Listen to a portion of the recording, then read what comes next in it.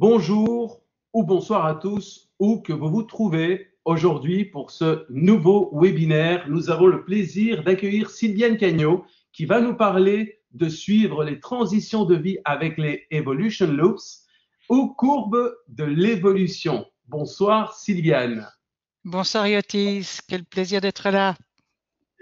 Alors Sylviane, tu as débuté ta carrière à l'international travaillant pour de grands groupes américains et également à l'ambassade de Belgique au Congo, des études d'économie appliquée et en même temps de politique internationale. Tu choisis de diversifier tes activités entre l'université en donnant cours pendant presque 20 ans et une carrière de formateur et de consultant tout en maintenant ta participation à 2 hebdomadaires en tant que journaliste.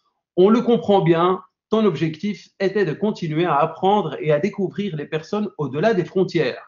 Quand tu donnais tes cours à l'université et lorsque tu formais les cadres d'entreprise, tu avais déjà une attitude de catalyseur et de développeur de talent. Quand tu as découvert que cette attitude s'appelait coaching, fin des années 90 ou 90, tu as décidé de te professionnaliser et tu as suivi plusieurs formations en France, Belgique, États-Unis et Canada. Tu es devenu master coach il y a 10 ans déjà et superviseur de coach à la même époque. En 2011, tu as fondé Novaterra Coaching aux côtés de ton ami depuis plus de 30 ans, Ferial Assaïn, qui elle-même est coach de talent. Ensemble, vous transmettez votre passion pour le coaching avec enthousiasme dans votre école qui est reconnue pour ses valeurs de respect, diversité et humilité. Tu as assisté à l'émergence du coaching en Belgique et également du chapitre belge de l'ICF en 2002. Tu as été d'ailleurs élu présidente de l'ICF Belgique entre 2004 et 2006 et tu as même organisé la conférence européenne de coaching en 2006 à Bruxelles. En 2008, tu as également été élu dans le board mondial de l'ICF et fus nommé vice-présidente en 2010. Tu fus l'un des 5 premiers ex-présidents à composer le RAC, un comité des sages créé par l'ICF pour la zone Europe, Afrique et Moyen-Orient. Auteur de 2 livres traduits en plusieurs langues, dont Cas de coaching commenté avec Viviane Lohner, MCC espagnol, et communiquer avec authenticité et rester vrai. Maintenant qu'on te connaît mieux, que pourrais-tu rajouter pour que l'on puisse en savoir davantage sur toi ? D'abord, je vais reprendre ton expression. Bonjour à tous, où que vous soyez. C'est un plaisir d'avoir notre planète francophonie bien reliée, bien connectée. Alors Yotis, merci vraiment. Je suis très honorée d'être là. C'est vraiment un plaisir, je le répète. Je voudrais juste dédier ce séminaire à une personne très chère. Alors, vous voyez cette photo, je crois que vous voyez mon curseur. Là, je suis avec des membres du board de l'ICF Global. Nous sommes à Philadelphie en 2009. Et en fait, à côté de moi, vous avez cette magnifique dame en vert, Kay Cannon, qui vient de décéder maintenant en novembre 2018 et Kay, je te dédie ce webinaire de tout mon cœur. Vous avez aussi à côté d'elle donc Karen Tweedy qui était la présidente ICF. J'ai eu la chance d'être avec 3 présidentes ICF quand j'étais au board international. Donc il y avait Kay Cannon, il y avait Karen Tweedy que vous voyez là qui est australienne et alors Giovanna D'Alessio et avec elle. Donc ça fait un plaisir d'être là. Et alors vous avez évidemment Magda Mook que vous connaissez beaucoup, qui est l'executive director de l'ICF aujourd'hui. Alors, ma pote, là, Ferial, coucou, je sais qu'elle me regarde, je t'embrasse bien fort. Et ma pote dans Novaterra, où on s'éclate énormément, on accueille, on a le plaisir d'accompagner des coachs, des futurs coachs, des désert coachs, et c'est vraiment, c'est très chouette. Et ma pote, pour 4 coachings, c'était Viviane Lohner. Alors, j'ai un lien, j'ai de la famille, bien sûr, en Belgique, j'ai de la famille, oui, mais j'ai une famille de cœur au Pérou. Et donc, vous me voyez là, je suis avec ma mamita que j'ai adorée. Je vais vous raconter pourquoi je me suis rapprochée de mamita. Mais et simplement quand ma propre mère est décédée, donc je cherchais une maman, pas une maman de substitution, c'est moche à dire, simplement quelqu'un chez qui je pouvais aller dans l'épaule. Et Mamita, qui est toute petite, regardez, elle a 1m40 et des, qui est à côté de moi, ben, elle m'a accueillie avec joie. Et alors je voudrais quand même vous présenter mon garçon qui est la joie de ma vie, qui est magnifique, s'appelle Jason. Mon coach, le chien, Isa. Et alors, je suis très fière de vous présenter. C'est aussi une autre de mes facettes qui est ma connexion avec la nature. Vous voyez qu'un cheval, vous voyez, ça, ce sont des légumes de mon potager parce que j'adore avoir la main dans la terre. Et pourquoi ces mains dans la terre? Ben, tout simplement parce que moi, j'ai perdu mon père à 6 ans et demi et ma mère s'est immédiatement remariée. Et j'étais comme ça, brinque-ballée d'une maison à l'autre, et j'ai dû me constituer. Mais j'ai appris plusieurs choses. Et la première chose que j'ai apprise, c'est quoi qu'il se passe dans la vie, positif ou négatif, on grandit. Et c'est là qu'est venue l'idée de l'evolution loop, parce que on se base sur une évolution. Ce sont des courbes de l'évolution. Je vais vous les présenter dans une minute. Et ce sont aussi des transitions de vie, des transitions de la vie. Alors, c'est un séminaire que je donne maintenant, ça fait plus de 10 ans que je le donne. Je l'ai donné sous d'autres cieux, je l'ai donné beaucoup et j'ai présenté également la roue de Hudson et les Evolution Loops qui en émanent dans plusieurs pays. Et donc, c'est vraiment, Yotis, je ne peux pas savoir que ça me fait plaisir de pouvoir le partager aujourd'hui, c'est vraiment un bonheur. Et donc, vous avez eu la question, c'est quoi les transitions de vie pour vous? Et plus d'une centaine d'entre vous ont répondu. Voilà, changement, évolution, passage, évoluer, renaissance, c'est magnifique. Vous allez voir que ça se retrouve dans l'Evolution Loop. Mutation, intermédiaire, apprentissage, énergie, changement, départ, joli, découverte, donc raccordement, nouveau départ, accélération. Tous ces mots, nous allons les retrouver progressivement. Alors, j'ai le bonheur de vous présenter les Evolution Loops. Et pourquoi elles sont venues en fait? En 2009, Viviane et moi, nous étions en train d'écrire notre livre. Nous étions à Barcelone, nous étions à Bruxelles, 4 coachings commencés, et il y avait, on partageait la roue de Hudson, et en la regardant, c'est un magnifique modèle, et on se dit, tiens, et si nous le complétions? Parce que nous estimions que une roue, oui. Moi, je pense plus que c'est plutôt une évolution parce qu'on grandit avec les évolutions de la vie. Donc, et alors, on est à la suite de 2008. Souvenez-vous, qu'est-ce qui se passe en 2008? La crise financière, la crise mondiale, mais aussi des changements climatiques. On est tous dedans. Il y a de plus en plus de, enfin bon, on va pas parler de burn-out, mais bon, il y a vraiment du changement à tous les niveaux. Ils sont positifs, ils sont pas nécessairement toujours positifs, mais en tout cas, ils sont là. Et une chose est certaine, c'est que le changement est devenu notre routine. La seule chose dont on peut être certaine, c'est que le changement est là. Alors, les Evolution Loops sont nés de cette réflexion. Alors, je vous ai déjà dit, c'est un ressort. Mais alors, comment graphiquement représenter un ressort? On a fait un ressort. Des loops, loop, c'est le mot anglais pour ressort. Et nous nous sommes dit qu'on allait ajouter des éléments, et je vais vous les présenter. Une première chose à se dire, c'est que c'est un outil de diagnostic. Alors, je suis sûre que vous avez des personnes autour de vous, et vous-même aussi. C'est une évidence. Vous êtes dans la courbe quelque part. Et alors, vous êtes dans la courbe quelque part où? Au niveau privé, amoureux, familial, amical, sportif, au niveau professionnel, votre évolution de vie professionnelle. Donc, vous évoluez, moi j'évolue, on est tous, et on a plusieurs courbes en fait, c'est ça que je suis en train de vous dire. On a des courbes de l'évolution dans toutes les facettes de notre vie. Donc, on peut être différents stades de l'évolution en fonction des différentes facettes de notre vie. Alors, regardez cette courbe, on commence par une phase 1, qui est une phase de désalignement, où en général, les coachs reçoivent souvent des clients qui sont pas bien dans leur basket, tout simplement. Ils ont des maux de tête, ils ont des maux de dos, ils n'arrivent pas bien à se motiver, ils sentent qu'il y a une lourdeur, une routine, ils se reconnaissent plus. Et c'est là que ils vont prendre une première décision. Et la question c'est, est-ce que je vais me détacher et je vais en 5 ou est-ce que je vais bloquer? Je vais vous expliquer ça dans une seconde. Et suivant leur choix, leur énergie va être complètement différente et leur spiritualité va être complètement différente. Admettons qu'ils ont choisi d'aller dans le deuil, ils vont se retrouver dans une période de tunnel. Alors, je voudrais faire une précision aussi. Le détachement, le deuil, cette étape 5, elle peut mettre 10 minutes, elle peut mettre 40 ans, elle peut mettre toute une vie. Graphiquement, on l'a représentée en phase 1, mais elle est au-delà de la phase 1, elle est surtout le graphe. C'est important de s'en souvenir. Et alors, à partir du moment où le deuil se fait, est en cours ou se termine, il y a une période de confusion qu'on appelle la période tunnel. Et puis on va entrer dans une décision 2 où là je me dis, tiens, oui, allez, j'ai avancé, j'ai fait un pas en avant, je prends une nouvelle décision, je suis acteur de ma vie. Et là, j'ai le choix entre rester dans un statu quo ou faire un changement de type 1, c'est-à-dire un changement, ce qu'on appelle, les médecins appellent ça une homéostasie, c'est-à-dire je vais m'adapter au changement du système, qu'il soit interne ou externe, ou alors un changement de type 2. Et là, on est dans la courbe verte, qui est le changement de valeur, qui amène vers une renaissance de soi et un soi réinventé. Ce que je me propose, d'abord, en liminaire, je voudrais 2 éléments. Ceci est une proposition.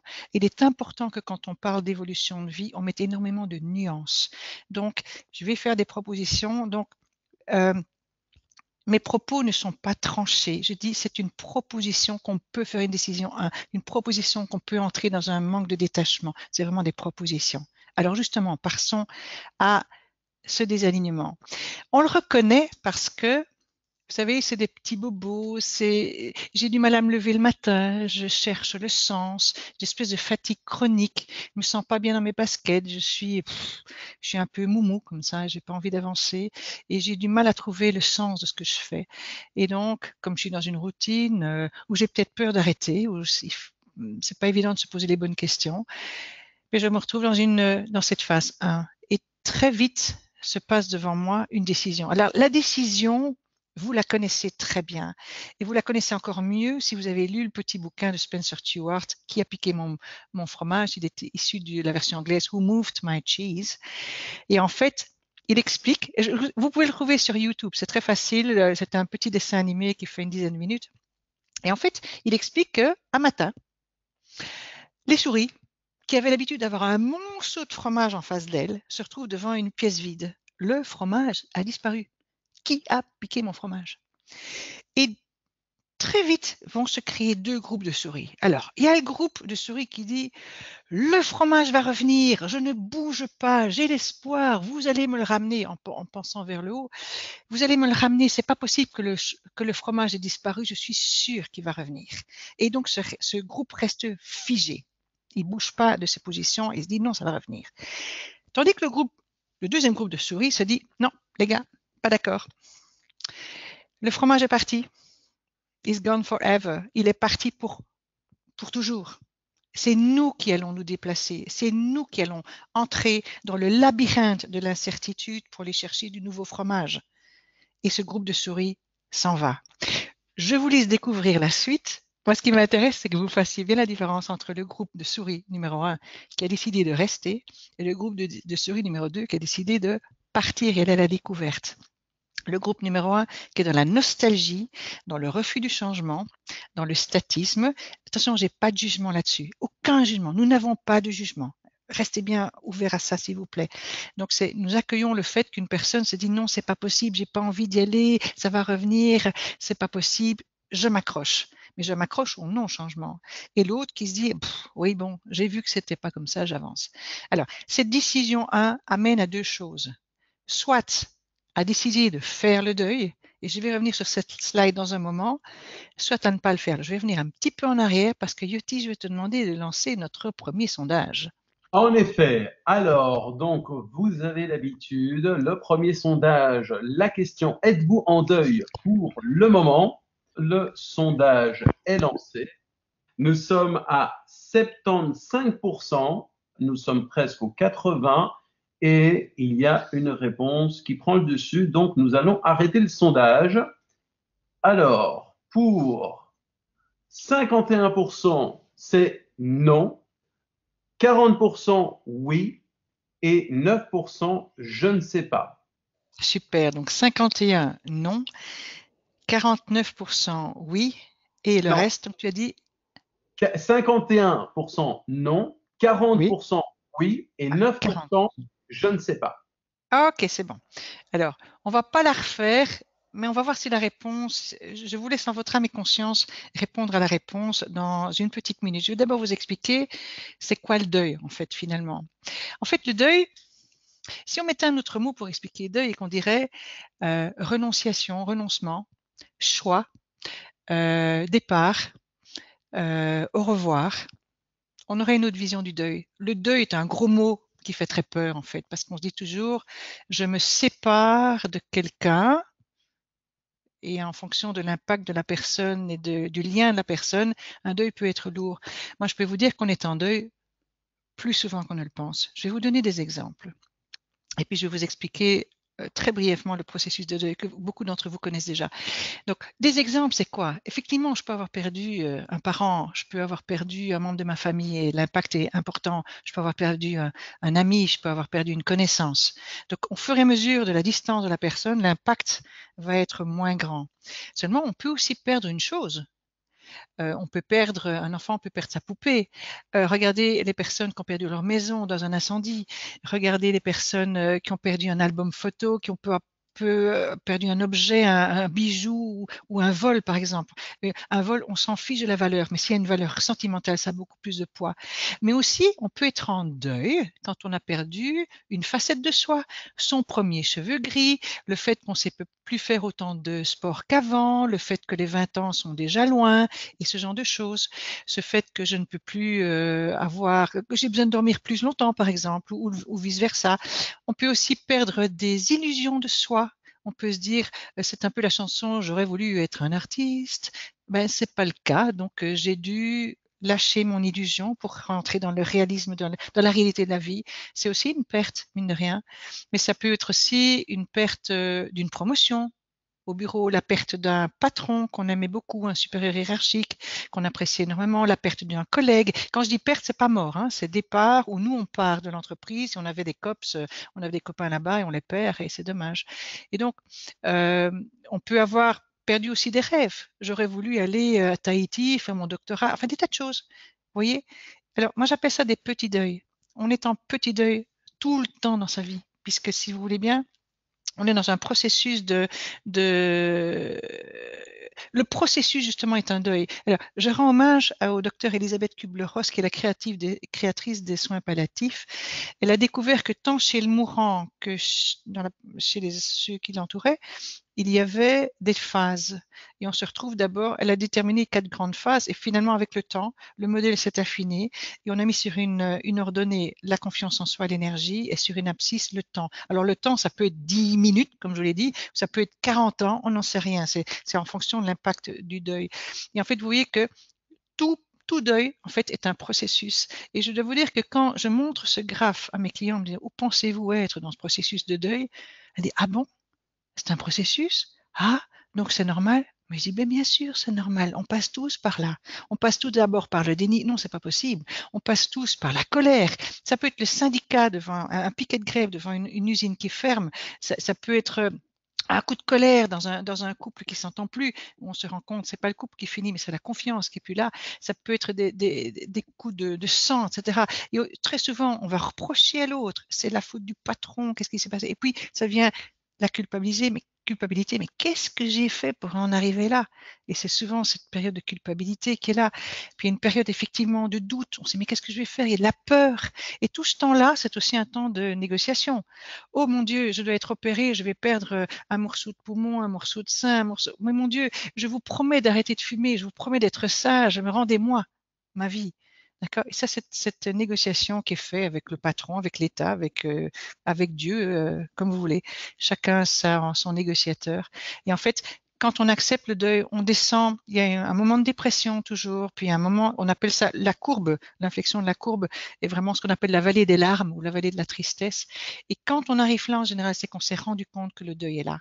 Et quand on arrive là, effectivement, on accepte. Mais déjà, le fait de sortir du déni, on entre dans le deuil. Donc, on entre dans la phase 5 de l'evolution loop. On avance déjà et on va aller vers la décision 2 dont je vous parlais tout à l'heure. Donc, et je pense que, je peux vous dire très sincèrement que moi, je ne pense pas avoir pu voyager autant. Peut-être que c'est une croyance, j'en sais rien, mais le fait que mon père soit plus là m'a donné peut-être des ailes. Peut-être que ma mère, en acceptant de lâcher prise, elle a été extrêmement courageuse.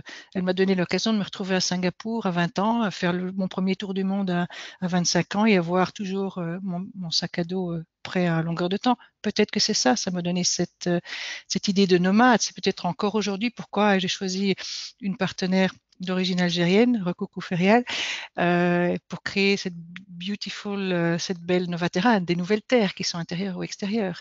Donc, il y a toujours un cadeau caché et c'est pour ça l'idée de l'évolution. Alors, maintenant, parlons du fait qu'une personne n'arrive pas à se détacher. Et là, on entre dans la courbe rouge.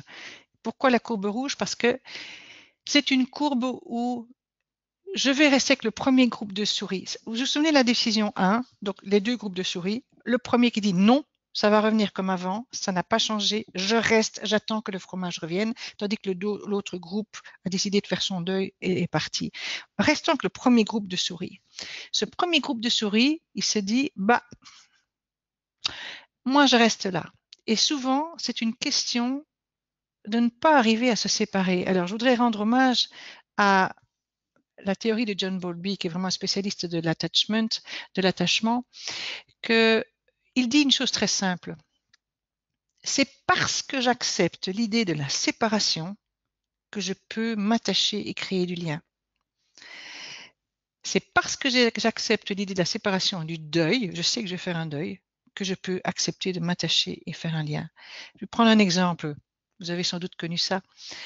Un premier chagrin d'amour, ou la personne avec laquelle vous avez décidé de faire votre vie et ça ne fonctionne pas.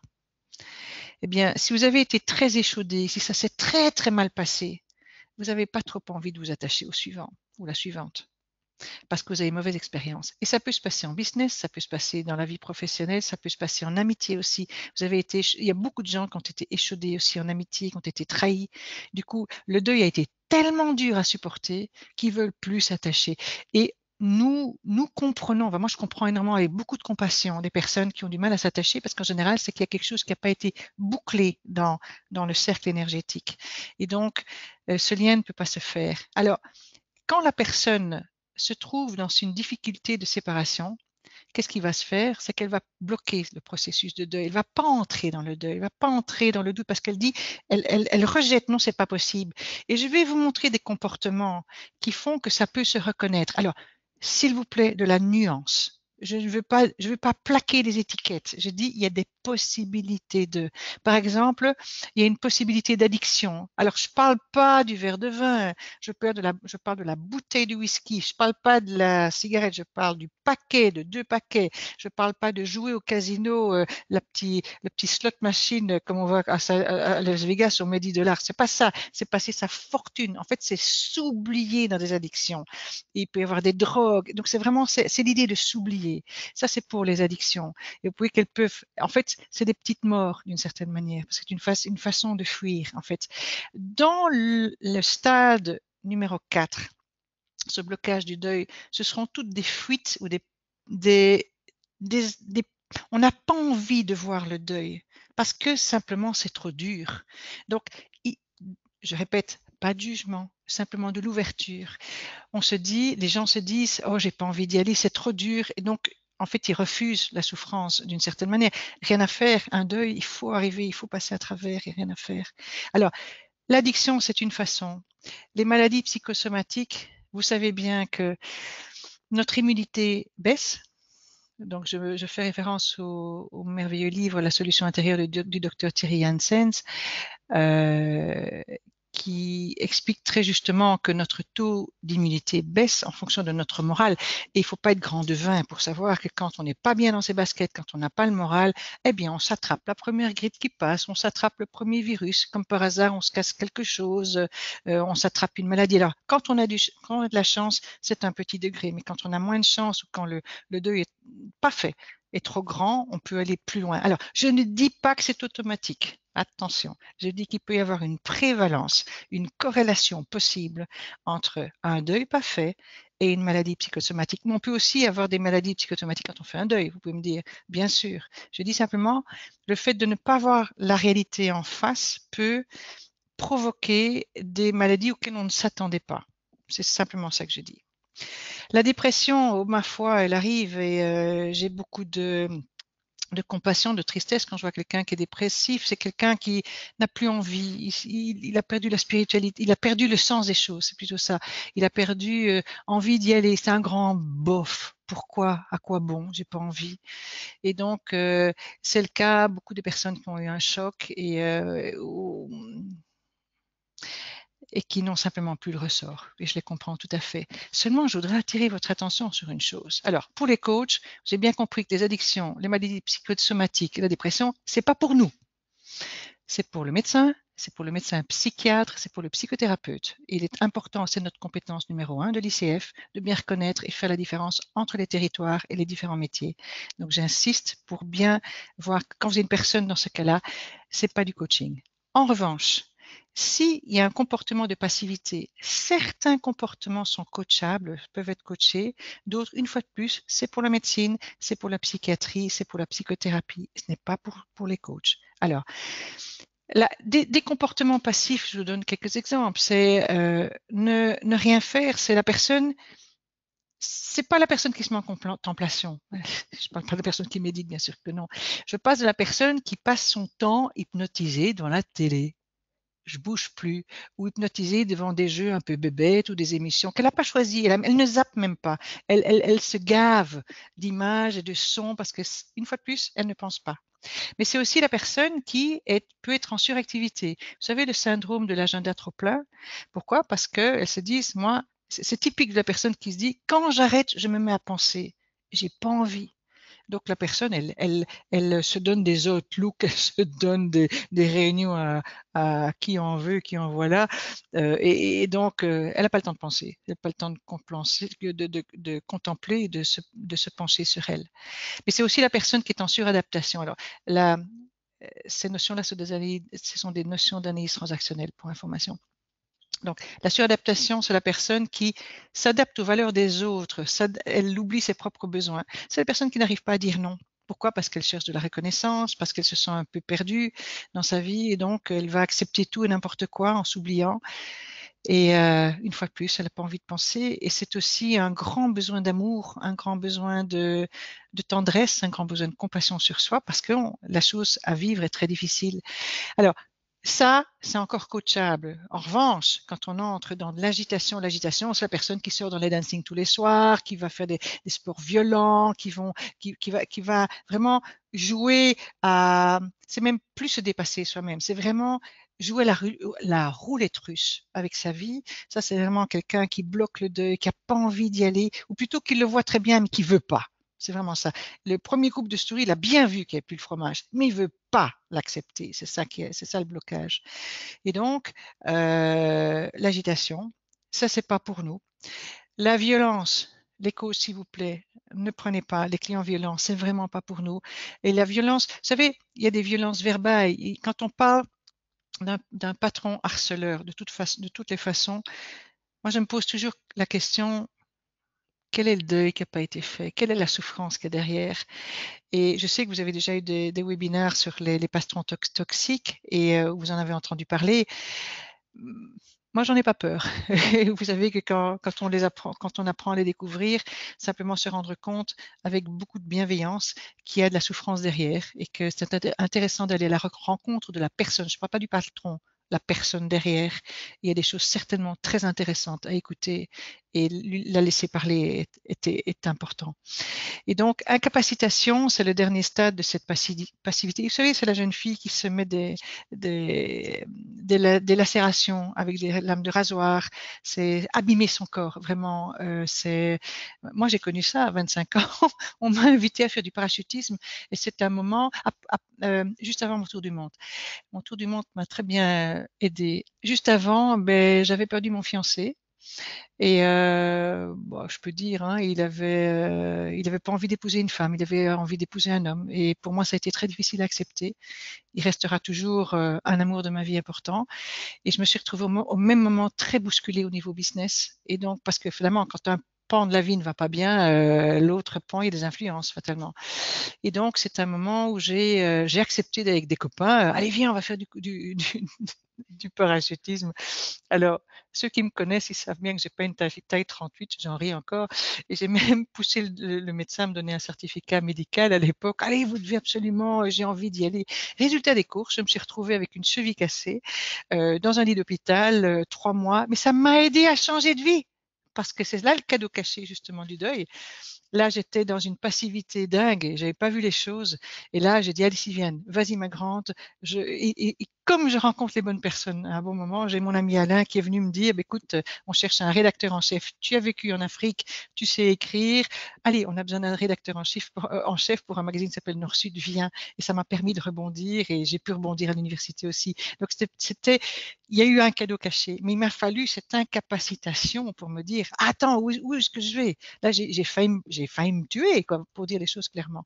Et donc, j'ai un client il n'y a pas tellement longtemps, il me dit, je fais du kitesurf et il faut au moins qu'il y ait un Beaufort de 8 à 9. Alors, je dis, ah tiens, très bien, vous avez décidé de vous jouer la roulette russe, c'est bien. Attention, qu'est-ce que vous cherchez? Et donc, c'est challenger la personne. Qu'est-ce qui se passe? Et moi, je vous donne la petite question magique. Qu'est-ce que vous avez perdu récemment? Ça, c'est la question qui permet de déterminer si un deuil, c'est une perte. Et ça peut être quelqu'un, ça peut être une image de soi. Je vous rappelle, vous savez, tous les objets, etc., les promotions. Bien. On va sortir de la courbe rouge pour revenir vers le deuil. Je vais juste faire une petite pause. Maintenant, Yotis, est-ce qu'il y a des questions? Je peux prendre un petit temps de réflexion là maintenant. J'écoute vos questions s'il y en a. Et je suis consciente que j'ai beaucoup secoué. Je suis consciente de ça, que je secoue beaucoup et en très peu de temps. Mais c'est de la transmission. Je vous écoute. Je t'écoute, Yotis. Nous avons donc des questions qui datent d'il y a quelques minutes déjà. Par exemple, le premier choix se fait souvent inconsciemment, point d'interrogation. Oui, c'est conscient ou inconscient. Bien, bien vu, bravo. Alors, c'est de la part de Johan. Donc, Clio nous demande, être en deuil signifie-t-il que je suis en pleine phase de changement, point d'interrogation. Clio, à partir du moment où tu changes, c'est tu laisses tomber quelque chose d'autre. Et donc, il y a un renoncement, il y a un départ de ta zone de départ qui fait que, pardon, il va y avoir une avancée. Donc, le fait de partir de quelque chose est en soi un mini deuil ou peut-être un grand deuil, ça dépend de l'impact du départ. Donc, la réponse est oui. Sylvie nous demande, si on se réfère à la route d'Hudson, on serait dans la phase hiver. Le marasme, notre niveau n'est-il pas lié aux saisons du coup? Waouh! Alors, Sylvie, si vous habitiez en Finlande, on se tutoie ou on se vous voit, Yotis? Je ne sais pas. Écoute, on est entre coachs, donc on peut se tutoyer. Ça marche. Sylvie, si tu habites en Finlande, il est un fait que tu as beaucoup plus d'impact de l'hiver que si tu habites dans le sud de la France ou en Espagne, on est clair. Est-ce que Sylvie... Alors, je voudrais faire juste la différence entre une émotion et une humeur. On choisit son humeur, l'émotion, elle est là, elle est courte, elle est physique. Donc, à partir du moment où l'humeur était influencée par le temps, pour moi, c'est une décision, une humeur. Je me lève le matin, il fait mauvais, c'est pas grave, je passe une bonne journée. Mais je me lève le matin, il est mauvais, c'est une décision. Donc, vous savez, le bonheur, c'est un mindset, c'est un état d'esprit. Hein. Si j'ai décidé maintenant, la vie va être imparfaite, je vais apprendre tout ce que j'apprends, ce sont des apprentissages, et j'y vais tranquillement, c'est déjà plus facile. Alors, il y a Jérôme qui nous demande, faut-il inciter les personnes à rester dans la ligne rouge s'ils le souhaitent, ou faut-il les accompagner à passer sur la bleue? À ton avis, Jérôme? C'est-à-dire que à partir du moment où dans le blocage du deuil, la personne n'est pas heureuse, je ne crois pas que tu as aucune envie de voir une personne pas heureuse. Maintenant, nous n'avons aucun pouvoir. Nous coachs rend les gens heureux. On est bien d'accord. Nous sommes juste des passeurs de témoins. Et notre job est simplement de poser les bonnes questions. Et poser la question, est-ce qu'il y a une perte ou qu'est-ce qui est difficile pour vous pour le moment, est une bonne question. Brigitte nous demande, j'ai une cliente dont le fils de 32 ans est bipolaire. Elle est en blocage du deuil, passivité. Quelles suggestions avez-vous? Mhm. Euh, D'abord, son fils est quelqu'un de bien, jamais l'oublier. Ensuite, la bipolarité, aujourd'hui, elle se guérit très bien. Enfin, non, se guérit, elle se soigne, elle se gère. Je connais plusieurs personnes bipolaires et la plus connue d'entre toutes, c'est encore Catherine Zeta-Jones, l'actrice qui en a parlé ouvertement. Et il y a plusieurs acteurs qui en ont parlé ouvertement et ça aide en fait tout le monde à comprendre que, ben, vous savez, ce qu'on appelait avant la mélancolie, maintenant, ça se soigne très bien. Euh, Ceci dit, son fils, peut-être la question à poser, c'est en quoi est-ce que la relation nouvelle va être quelque chose qui pourrait devenir même merveilleux. Donc, je précise ma question. C'est la même chose qu'une personne qui voit un enfant partir. C'est un autre type de relation qui s'installe. C'est une autre étape de ma vie. Donc, mon deuil est sur le fait que mon petit garçon, ma petite fille, ce n'est plus comme avant. La relation, mon fils n'a pas changé. Ma fille n'a pas changé. C'est la relation qui change. Et c'est là que se fait le deuil. Mais seulement, quelle est la belle personne que je reconnais à l'intérieur de ce corps et de cette âme et qui m'invite à aller plus loin dans la découverte. Et donc, c'est en fait toute maman qui se trouve devant, ou tout papa qui se trouve devant ce type de situation, il peut y avoir des peurs. Et ça, on peut coacher, on peut accompagner la peur. Il peut y avoir des regrets, on peut avoir toute une série de sentiments qui sont là. Et ça, un bon coach peut vous accompagner dans l'émotion, oui, tout à fait, dans cette évolution-là. Mhm. On prend une dernière question de Camilla. Combien de Mhm. temps pour un deuil, par exemple, divorce, 6 mois, est-ce trop? Camilla, si tu adorais ton mari, ça peut durer, mais on va pas mettre des chiffres. Tout ce que je peux dire, c'est que l'impact du deuil le deuil, la durée du deuil est liée à l'impact de la perte. Donc, si tu parles de la petite cousine du frère de ta concierge, mais tu vas prendre l'information, tu dis oui, je suis très triste pour elle, mais bon, ça va pas t'impacter énormément en quelques minutes. Peut-être en fonction de ta sensibilité, ça peut prendre un peu plus de temps. Maintenant, le pire du pire du pire du pire, et je touche du bois, ce serait perdre d'une façon non naturelle une personne trop jeune. Donc, à partir du moment où c'est naturel, un deuil peut être là. Maintenant, un divorce, je t'invite à revoir l'évolution du couple et voir ce qui s'est passé et ne pas te juger. Et le deuil, tu vas le reconnaître, le deuil ou le jour où tu peux penser à ton mari sans animosité ou sans tristesse, là, ça le reconnaît. Maintenant, si tu dis 6 mois, waouh, t'es rapide. Je peux dire qu'un deuil. Mais je ne suis pas psychothérapeute, ce n'est pas ma spécialité. Je préfère être honnête avec vous et vous dire que je sais par contre qu'un deuil lourd, c'est 3 ans. Maintenant, si tu le fais en 6 mois, tant mieux, tant mieux. Je ne connais pas ta rapidité. Je vois des commentaires également. Donc, un commentaire de Claudine. Cette présentation est passionnante. Merci beaucoup. Et Marie-Paul qui dit merci de mettre les mots sur une réalité si intime. Merci à vous deux. Merci beaucoup. Ça me galvanise. Merci beaucoup. Alors, on va reprendre notre décision. On va remonter à la décision 1. Si vous voulez, l'étape 2 dans l'evolution loop. Et là, la personne a décidé de faire son deuil. Alors, vous vous souvenez, le deuil, c'était le processus. Donc, souvenez-vous qu'il y a de la colère, il y a de la peur, il y a des doutes, il y a de la confusion, il y a de la tristesse, il y a de l'acceptation, puis de l'intégration, puis très loin après, le cadeau caché ou bien le cadeau caché assez rapidement. Rappelez-vous aussi que je vous ai dit que graphiquement, Viviane et moi, on devait mettre le deuil quelque part. C'est comme sur la roue de Hudson, il est en phase 4, on l'a mis en phase 5 chez nous. Et il continue le deuil en fonction de la longueur, c'est pour toi Camilla, Camilla en fonction de l'impact du deuil sur la vie de la personne. Maintenant, graphiquement, on devait avancer, donc on a été plus loin. L'étape suivante, le tunnel, c'est aussi une étape où on accueille pas mal de clients en tant que coach, des gens qui sont dans la confusion. Voilà, il m'est arrivé ça, j'ai une perte, je râle, mais bon, j'avance, mais je suis calée, je sais pas quoi faire. Ah, vous avez du brouillard. Ah oui, combien vous voyez dans le brouillard? 3 mètres. J'ai coaché une personne la semaine passée, elle voyait quoi? À 2-3 mètres. Et à la fin du coaching, elle voyait quand même à 200 mètres, c'était déjà une belle avancée. Donc, c'est ce tunnel, c'est un morceau, un moment où on voit même plus le bout du tunnel. On a l'impression d'être calé. Et donc, la santé n'est pas très bonne non plus parce qu'on est en pleine confusion. Et vous savez, en tant que coach, la confusion, elle est belle parce que ça permet de beaux développements.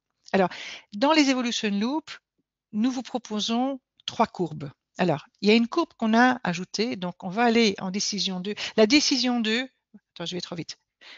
L'étape 7, c'est la décision 2, c'est là, je décide de ma vie. Autant j'étais dans la courbe rouge, et dans la courbe rouge, qu'est-ce qui se passe? J'étais spectateur de ma vie. Alors souvenez-vous, ce magnifique livre de Camus, L'étranger, il se voit jugé par un juge, il est dans la salle du tribunal, il est à l'arrière, il est étranger à sa propre histoire. Quand on est en passivité ou quand on n'est pas bien, qu'on est dans un blocage de deuil, effectivement, on n'est plus trop acteur de sa vie, on se laisse mener le bout du nez par les autres. Ici, en décision 2, je prends la décision de reprendre les rênes de ma vie. Je vais redevenir acteur de ma vie. Et c'est là que, attention, c'est pas évident de prendre ces décisions, on est brinque-ballé parce qu'on ne sait pas très bien quoi faire. Et c'est là qu'un coach peut vraiment, là, le coaching a toute sa puissance puisqu'on est ici, dans l'ici et maintenant et vers demain. Le coaching, il est magnifique là. Et la personne a des options. Alors, la première option pour elle, c'est d'aller dans le statu quo. Et ça, c'est une courbe. Et je remercie Stéphane Herion quand il était dans un cours il y a quelque temps et je présentais l'Evolution Loop et ils me disent, mais Sylviane, il manque une courbe. Et c'est avec ce groupe d'étudiants qui m'ont challengé à l'époque, je vous parle de 2009-2010, ils me disent, mais enfin, sur ce courbe Evolution Loop, il faudrait une courbe de statu quo. Alors j'ai mis, enfin Viviane et moi quand on a écrit le bouquin, je fais une petite parenthèse, l'Evolution Loop ne se trouve pas dans 4 coaching commentés, mais se trouve dans la version anglaise, Coaching Excellence, qui est paru juste l'année après, parce que le livre était déjà paru en français, on a évolué justement avec les Evolution Loop, il est paru dans le deuxième bouquin. Ceci dit, quand on a créé ça, cette étape-là, on l'a appelé statu quo. Mais je trouve, maintenant, j'ajoute un autre vocable qui est le stand-by. En fait, c'est quoi décision? C'est oui, j'ai envie de bouger. Oui, je sens que c'est pour moi, mais c'est peut-être pas le bon moment. On a plein d'exemples. On me propose une promotion, mais sans pas encore tout à fait prêt, je bouge pas. Mais par contre, je suis intéressée par la même promotion dans un an. Ou je suis vraiment pas bien dans mon couple. Mais je veux pas partir maintenant, ça va créer trop de dommages sur les enfants. Je décide de me mettre en stand-by. Je décide de ne pas bouger, de ne pas quitter mon couple. Ou je voudrais acheter cette nouvelle maison, je voudrais même m'expatrier, mais j'ai pas encore l'argent maintenant. Je peux pas y aller. Ou mon mari, ma femme me bat, je veux partir, mais j'ai pas l'argent. Oui, il y a des tas de situations dans la vie où on est un peu calé malgré soi, mais si c'est une décision, ce n'est pas le blocage du deuil, c'est moi qui prends ma décision, ce n'est pas le moment ce n'est pas le moment. J'attends encore, je me donne un laps de temps pour y aller. Et donc, quand ce sera le bon moment, j'irai. Et donc, ça, c'est le stand-by. Et je trouve cette courbe, elle est nécessaire. Alors, si vous regardez bien la courbe bleue, elle est droite jusque-là, et puis de nouveau, il y a des petits traits. Pourquoi? Parce que les petits traits, il y a un moment où je vais repasser en zone 1, en désalignement, et où je vais me dire non, finalement, j'ai plus envie d'attendre, j'y vais. Et c'est là que va se refaire une décision 1, et, et on va pas aller dans la courbe rouge, non, on va directement aller dans le deuil. Voilà, je quitte quelque chose, je sais que c'est le bon moment, je sais que c'est pas facile le tunnel, et donc ce voyage entre la phase 5 et 6 va être très rapide pour revenir vers une décision 2. Et là, bien accompagné, la personne se dit, allez, j'y vais. Alors, je voudrais entrer maintenant dans les autres courbes. Donc, la décision, soit je vais dans soit statu quo, soit je vais dans un rééquilibrage. Alors, c'est là qu'on va lancer le deuxième sondage, Yotis. Pour le prochain sondage, alors la question, pensez-vous qu'il faille changer de travail, de maison ou de partenaire de vie pour accomplir un changement de valeur? Oui, non, je ne sais pas. Nous sommes déjà à 50. Alors là, on sent que tu les as réveillés, Sylviane, hein. Alors, ils sont à 70.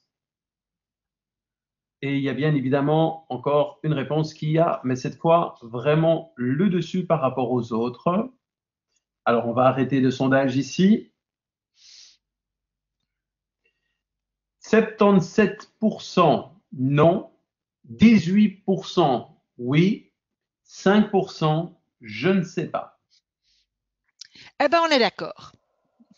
On est d'accord. Je vais vous montrer qu'il n'est pas. Enfin, d'abord, je vais vous expliquer le rééquilibrage et puis on va passer vers le changement de valeur proprement dit. Mais je voulais vous faire ce petit sondage pour avoir votre opinion ex ante. Bon, alors, quand on a un système, pour ceux qui font de la systémique, ça va être piece of cake, ça va être très facile. Et pour les autres, je vais vous l'expliquer en 3 secondes, c'est très facile aussi. Il y a 2 façons de voir un système. Un système, c'est quoi? Ben, c'est mon corps. Si je prends mon corps ou si je prends une entreprise, mon corps, il est constitué d'organes, il est constitué d'une peau qui fait la différence entre mon corps et celui du voisin ou mon corps et l'extérieur, mon corps et l'intérieur. Une entreprise, c'est la même chose, il y a différents départements et il y a un bâtiment avec un logo et on peut reconnaître une entreprise d'une autre. Bien, alors, que ce soit le corps ou l'entreprise. Si le corps je fais ce qu'on appelle un rééquilibrage. Exemple, j'ai chaud, mais j'enlève mon pull. J'ai froid, je mets un pull. Je ne change pas mon corps. Je me mets en équilibrage en fonction de l'environnement extérieur ou intérieur. Les médecins appellent ça l'homéostase. Donc, le système en soi ne change pas. Je vous donne un exemple tout simple que vous connaissez, pas mal d'entre vous doivent le connaître. J'ai décidé de perdre du poids. Bienvenue au club. J'arrête donc de manger, je descends à 800 calories, 1200 calories, et je fais ça pendant quelques semaines. Et puis, je reprends mon petit bonhomme de chemin en remangeant la même chose. Vous pensez bien que vous allez reprendre tous les kilos que vous venez de perdre à grande sueur, et même plus. Parce que le système n'a pas changé, il n'y a pas eu de changement de valeur. Maintenant, si je me dis maintenant, je ne change rien de mon alimentation, sauf que j'y mets de la qualité, de la nutrition et du plaisir, donc, fatalement, les chips, ils vont disparaître progressivement. Vous allez mettre plus de légumes, mais surtout, vous allez vous installer à table avec une assiette, des couverts, et vous allez manger tranquillement. Et je peux vous garantir que votre poids va diminuer parce que c'est là les valeurs qui changent. D'accord? Donc, non, il n'est pas obligatoire de changer sa maison, son partenaire de vie et sa profession pour pouvoir faire un changement de valeur. Maintenant, revenons à cette étape 9. Le client qui vous dit ou la personne qui dit ben moi je vais changer de boulot et j'ai décidé de changer de boulot, j'ai décidé de changer de maison, j'ai décidé de changer de pays, j'ai décidé de changer de lunettes, tout ce que vous voulez, de partenaire, sans changer de valeur. Aucun jugement de votre part, de ma part. C'est très bien ainsi parce que la personne peut tout à fait être en équilibre avec son environnement intérieur et extérieur, se sentir parfaitement bien et c'est OK. Donc, il y a plein de gens qui font des changements de type 1 et qui sont hyper heureux et ça peut durer pendant des années. Donc, en fait, j'ai bien compris que la courbe brune, elle aussi, à un certain moment, peut revenir vers une évolution, mais la différence, c'est qu'on aura grandi. Donc, la personne, elle se sent bien, elle est rééquilibrée, elle est bien de nouveau dans ses baskets et elle avance. Maintenant, ce qui peut se passer, c'est qu'elle se dit, et là, je rentre dans le changement de type 2, en fait, j'ai plus envie de faire comme avant. La personne qui reprend un job et qui se trouve en changement 1, donc l'étape 9, hein, je reviens un petit peu en arrière, excusez-moi. S'il reprend une fonction et qu'elle avait connu un burn-out ou un surmenage professionnel et qu'elle n'a pas changé ses valeurs, qu'elle n'a pas décidé de mettre par exemple la valeur respect de soi en œuvre, ou alors qu'elle avait les valeurs mais elle ne les a pas mises en œuvre, attention, elle peut avoir les valeurs, mais elles restent un concept, elles ne sont pas appliquées au jour le jour. Mais elle peut très bien faire un second burn-out dans son nouveau métier parce qu'il n'y a pas eu de vrai changement du système en soi. Et donc, je répète, pas de jugement. La personne peut très bien être heureuse, seulement elle risque de reproduire ces modèles parce qu'elle n'a pas changé son opinion, elle n'a pas changé ses croyances et ses valeurs. Alors, je me réfère, pour ceux qui le connaissent, au magnifique modèle de Robert Dills basé sur Gregory Bateson, qui sont les niveaux logiques de la conscience. C'est le niveau croyances et valeurs. C'est à ce niveau-là que ça change pour qu'on puisse changer sa personne. Je ne vais pas aller plus loin, malheureusement, on n'a pas le temps aujourd'hui. Mais bon, donc, le rééquilibrage. Donc, je reviens maintenant à ce changement de valeur. Je peux vous assurer que la personne qui décide d'aller dans un changement de valeur, elle est extrêmement inconfortable. Pourquoi? Parce qu'elle change, mais pas son environnement. Donc, on a beaucoup, on le voit dans nos vétérans, on le voit, les participants qui viennent, c'est très drôle parce ils viennent beaucoup au début, oh, je vais faire des coaching, etc. Et puis nous, on leur dit, non, lâche prise, lâche prise. Si tu veux vraiment un bon coach, lâche. Et ne rentre pas dans cette performance. Oui, mais, et on les voit évoluer comme ça. Et c'est vraiment un changement de valeur. Et beaucoup de personnes qui font du coaching, je suis sûre, la plupart d'entre vous, ou qui sont intéressés par ces matières-là, simplement veulent de l'humanisme dans les organisations. Donc, c'est déjà en soi un changement de valeur. Et vous n'êtes pas obligé de changer votre job, vous n'êtes pas obligé de changer quoi que ce soit pour faire un changement de valeur ou simplement mettre en œuvre vos valeurs. Donc, mais seulement, vous allez évoluer d'une certaine manière, mais votre environnement, votre famille, votre conjoint n'est pas du tout là. Donc, il se dit, mais attends, et t'es qui toi? Moi, j'avais épousé un, puis j'en retrouve un autre, et c'est quoi ça? Et donc, c'est là que soit on va dans le même sens, soit il faut de l'oscillation. Je vous ai mis une photo de montagne russe. La personne elle-même aussi avec elle-même, parce qu'elle se dit, mais qui suis-je finalement? Il y a ce moment de confusion. Et là aussi, un bon coach, c'est top. Un psychothérapie peut être pour pas retomber dans les patterns s'ils sont trop lourds, mais un bon coach, on avance. Et donc, ce changement de type 2 amène à une renaissance de soi. Alors, c'est la chrysalide qui donne naissance à un nouveau papillon.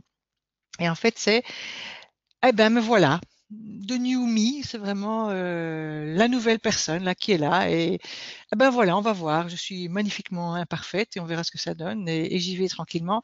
Une fois de plus, je n'ai pas dit que c'était confortable, mais le moral est bon parce que j'ai retrouvé une spiritualité. J'ai retrouvé là le sens des choses. Ça commençait déjà avec le changement de valeur, mais la renaissance est une période magnifique parce qu'on dit ah, je me suis trouvé. Et on va vers une période douce qui est le soi réinventé. Alors, je vais vous raconter une petite histoire qui m'est arrivée. J'ai servi de Kobe dans un groupe de personnes qui faisaient de la numérologie. Et ils m'ont dit, vous savez, dans mon prénom, dans mon nom, ma date de naissance, il y a plein de chiffres. Ils ont tout calculé. Ils m'ont dit, mais toi, tu as découvert le coaching quand tu avais 40 ans. J'ai dit, ah bon, c'est écrit? Ben oui, dans tes nombres, ah bon. Et ce sera comme ça à la fin de ta vie. Et j'étais émue, j'ai commencé à pleurer. J'ai dit, mais purée, même dans mes nombres. Et là, c'est vrai que je me suis retrouvée. En fait, le soi réinventé, vous en rendez compte parce que vous dites, je suis juste, je suis au bon endroit, ça va, c'est ce que j'aime. Et c'est pour ça que moi j'adore transmettre ce métier qui est splendide. Vraiment, c'est cette passion. Et vous voyez, je m'anime, je vais me calme, voilà. Et en fait, c'est la sérénité par rapport à qui l'on est. Par rapport à ce que l'on est devenu. Et je dois vous avouer que ça m'a pris des années, des années, des années. Des personnes qui m'ont connu avant, purée, c'est vrai que ça a été difficile et je dis pas que j'y suis parvenue, c'est un chemin, c'est pas la destination qui compte. Simplement, on reconnaît quand on arrive quelque part, parce que c'est un peu l'idée du bateau qui arrive au port. Je suis plus calme, je sais que c'est ma certitude. Alors, je peux avoir un choix réinventé dans ma vie professionnelle et pas être encore tout à fait prêt dans ma vie privée, ma vie amicale, ma vie sportive, ma vie culinaire, tout ce que vous voulez, donc dans les autres facettes de ma vie. Mais en tout cas, on peut avoir des choix réinventés. C'est vous qui avez trouvé déjà votre vocation peut-être très jeune et vous êtes tranquille par rapport à ça. C'est le médecin, c'est l'avocat, c'est le consultant qui dit oui, voilà comment je vais dédier ma vie à ça. Et pour lui, il y a une clarté des choses. Et donc, il est déjà inventé, il se réinvente à longueur de temps. Et voilà. Donc, les Evolution Loops, maintenant, vous donnent une idée. Alors, on va lancer le troisième sondage et puis je vais vous montrer comment on accompagne les personnes aux différentes facettes de l'Evolution Loop. Pour ce troisième sondage, voyez-vous l'évolution de votre vie comme une progression continue? Donc, le sondage est lancé. Oui, totalement. Oui, partiellement. Un peu. Pas d'accord. Je ne sais pas. Donc, vous êtes vraiment très, très rapide par rapport en ce début de webinaire. Nous allons déjà clôturer ce sondage. Voici les résultats. À 67% oui totalement, 23% oui partiellement, 5% pas d'accord, 4% un peu et aucun succès pour je ne sais pas 1-0. Très bien. Donc, on va en rester à la majorité. Bravo. Vous avez compris pourquoi nous avons voulu représenter ça sous forme ressort en fait puisqu'on grandit. Et donc, merci beaucoup pour votre participation, ça me touche. Je suis touchée plutôt. Voilà. Alors, comment on va accompagner? D'abord, la première qualité du coach, c'est cette position basse, cette humilité, nous n'avons aucun pouvoir sur la vie des gens. Je tiens beaucoup à le répéter. Seulement, nos questions peuvent créer des éveils. C'est la compétence 8, hein, c'est sensibiliser, c'est awareness d'après l'ICF. Donc, c'est la prise de conscience. Et donc, nos questions peuvent permettre à la personne. Maintenant, ce qui est important de comprendre, et c'est simplement mon message que je voudrais transmettre, toujours avec beaucoup de nuances, c'est le mode de coaching, la rapidité de coaching. Par exemple, quelqu'un qui est en deuil, mais mon Dieu, c'est plein douceur. Une personne, je suis un petit peu en opposition avec les personnes qui disent il faut toujours une action au sortir d'une séance de coaching. Moi, je dis non, non, non, non. Le fait pour une personne en deuil d'être chez le coach est l'action. Vous la laissez tranquille. Vous l'écoutez. Maintenant, tout le défi pour nous de ne pas entrer en psychothérapie, donc on est vraiment sur la tranche, elle est très fine entre les deux professions. Ça peut être une autre discussion qu'on peut avoir, je suis à votre disposition. Ce que je veux dire, c'est que dans le deuil, la personne a besoin de compassion, elle a besoin de pouvoir partager, elle a besoin de douceur, elle a besoin de patience. Donc, je n'allais pas mettre des séances, tac, tac, tac, tac, tac, tac, et mitrailler le coaching auprès de la personne. Vous allez perdre votre client et surtout, vous risquez de faire beaucoup de mal.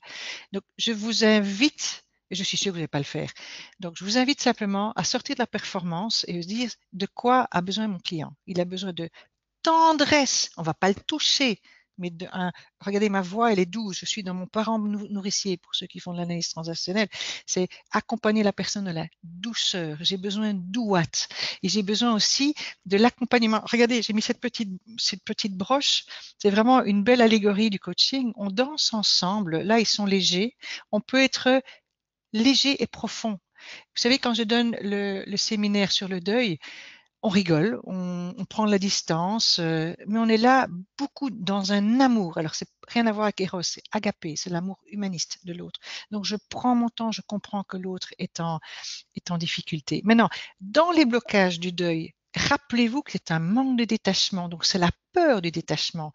Qui dit peur de détachement, on dit sans doute mauvaise expérience dans le passé. Alors, un coach peut aller prendre l'information dans le passé, on ne la guérit pas, on n'est pas en psychothérapie, mais vous pouvez prendre qu'est-ce qui s'est passé dans le passé qui fait que tu as ça aujourd'hui pour pouvoir prendre l'information et prendre les gants qu'il faut pour aider la personne justement à pouvoir voir qu'elle elle a la capacité, elle a la ressource de se détacher pour mieux se réinventer. Et donc, que la personne se rende compte qu'elle a cette capacité de résilience. La résilience est comme un ressort. Vous connaissez les travaux de Boris Cyrulnik, c'est vraiment, la résilience, c'est quelque chose qui se travaille. Moi, je peux vous assurer, Feriel, on se le disait encore, on est des pros de la résilience, hein, vraiment, on rebondit. Et au plus vous apprenez à rebondir, au plus vous avez cette capacité de le faire. Et moi, pourquoi je vous ai parlé de mon chien? Pourquoi la reconnexion à la nature? C'est trouver les stratégies de résilience. La résilience, c'est, je précise que les femmes sont, c'est pas qu'elles soient plus résilientes que les hommes, mais comme elles communiquent davantage, elles sont plus verbales, elles se font aider davantage par les copines que les hommes qui vont, vous savez, vous vous souvenez, Mars et Vénus, mais je vais une fois de plus rester tout à fait dans la nuance et je ne veux pas catégoriser. L'homme aura plutôt tendance à se mettre en colère ou à masquer son émotion. Sa résilience est là, simplement il faut plus aller la chercher. Elle est là. On est tous très, très résilients. Hommes et femmes, il n'y a pas de différence dans la résilience, simplement dans l'expression de la résilience. Alors, donc, si vous êtes dans un blocage de processus, une fois de plus, vous pouvez être confrontant, mais s'il vous plaît, dans la douceur, sinon vous perdez votre client. Si vous avez compris que la douceur permet à la personne de... je vais vous montrer ma carte pour ce soir. Voilà, self-love. Et c'est l'amour de soi. C'est vraiment ça, la petite carte que j'ai sortie de mon jeu. Et c'est care for your body, self-love and self-acceptance are the ultimate acts of self-care. Donc, faites attention, prends soin de ton corps. L'amour de soi et l'acceptation de soi est l'acte ultime du fait de prendre soin de soi.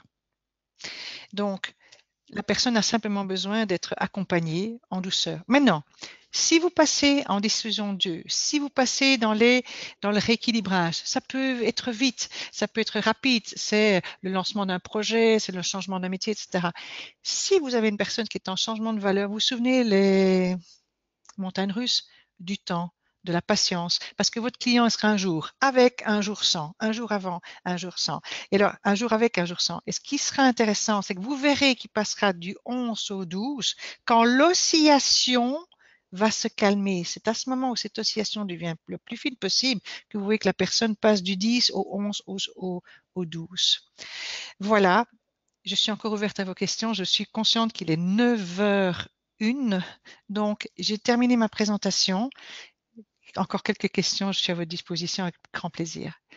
Moi, ce que je propose, c'est plutôt que les questions, on les prenne donc sur LinkedIn. Bon, il y a pas mal de réactions. D'ailleurs, il y a des gens qui te félicitent. Merci beaucoup pour cette superbe présentation. Webinaire trop court, sujet passionnant et présentation captivante. Donc, énormément d'adjectifs très positifs. Donc, je pense que comme le temps est passé, nous allons clôturer ce webinaire. Donc, un grand merci Sylviane pour cette belle présentation. J'aimerais également remercier Nefissa Karboul qui a répondu à toutes les questions techniques. Nefissa est l'une des représentants de l'ICF Synergie en Tunisie et également membre de l'ICF Tunisie. Bonsoir Nefissa, je vois que tu as réussi donc à apparaître. Alors Nefissa, comment ça s'est passé? Bonsoir. Ça s'est très bien passé et notamment grâce à Gaëtane qui nous a fait cette formation. Je la remercie. Ça va, j'ai eu beaucoup de stress avant, mais ça va, ça s'est très bien passé. Et merci à Sylviane. Vous avez eu énormément de compliments au cours de ce webinaire. C'était la première fois donc que Nefissa, tu nous rejoins pour le côté technique. Donc, félicitations pour ce baptême de l'air avec donc le webinaire de Sylviane Cagno. Nous vous remercions d'avoir assisté à ce webinaire. L'ICF Synergie est l'alliance des coachs francophones de l'ICF. Merci à vous, chers synergiens, d'être acteurs avec nous de cette belle évolution. Je vous souhaite à tous une bonne journée ou une bonne soirée où que vous vous trouvez. Et Sylviane, je te laisse le mot de la fin. D'abord, je voudrais encore une fois de plus te féliciter, te remercier pour ton implication dans l'ICF, pour tout ce que tu fais, parce que Yotis, tu donnes énormément. Et bravo au comité ICF Synergie, vous faites vraiment du travail magnifique. Alors, je suis consciente que c'était trop court, bien sûr. Écrivez-moi. Vous avez là, vous écrivez à info@novateracoaching.com et je vous répondrai avec plaisir. Je voudrais vous remercier de votre écoute, vous remercier de la qualité de vos questions et vous remercier simplement d'être là et surtout, plan douceur, surtout amour de soi. Prenez bien soin de vous et c'est très important d'avoir beaucoup de bienveillance pour vous-même. Je vous remercie. À très bientôt.